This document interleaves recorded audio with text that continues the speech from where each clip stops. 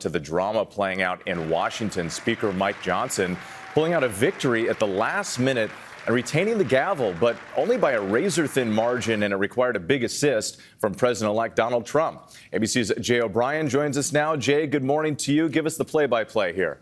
Good morning, Whit. Yeah, this puts on display that razor-thin majority that Mike Johnson is now going to have to work with, holding on to his job only after an hour or so standstill on the House floor and a personal appeal to the holdout votes by President-elect Donald Trump.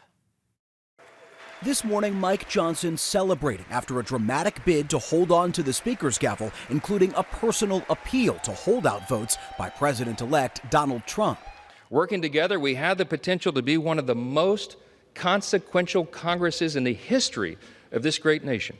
Facing a razor-thin majority, Johnson could only afford to lose one vote. And one Republican Congressman, Thomas Massie, a longtime Johnson critic, made it clear he was a firm no. Johnson, though, walking onto the floor confident. What does it say if you lose on the first ballot, Mr. Speaker? It says nothing. It's part of the process, but I expect that we'll get it done. But two other Republican holdouts, Congressman Ralph Norman of South Carolina and Keith Self of Texas, joining Massie, voting against Johnson. I would do it all over again.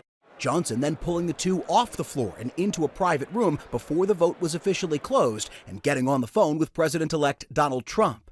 Norman and Self ultimately returning and changing their votes, putting Johnson over the goal line. Was Trump upset in those conversations on the phone? He asked why. I knew we needed to impress on Mike Johnson that we're serious about budget, we're serious about the border, we're serious, and is he going to fight? Without a speaker, the House floor would have been paralyzed. No other votes allowed, including a constitutionally required ceremony planned for Monday, where Congress will certify Trump's electoral victory.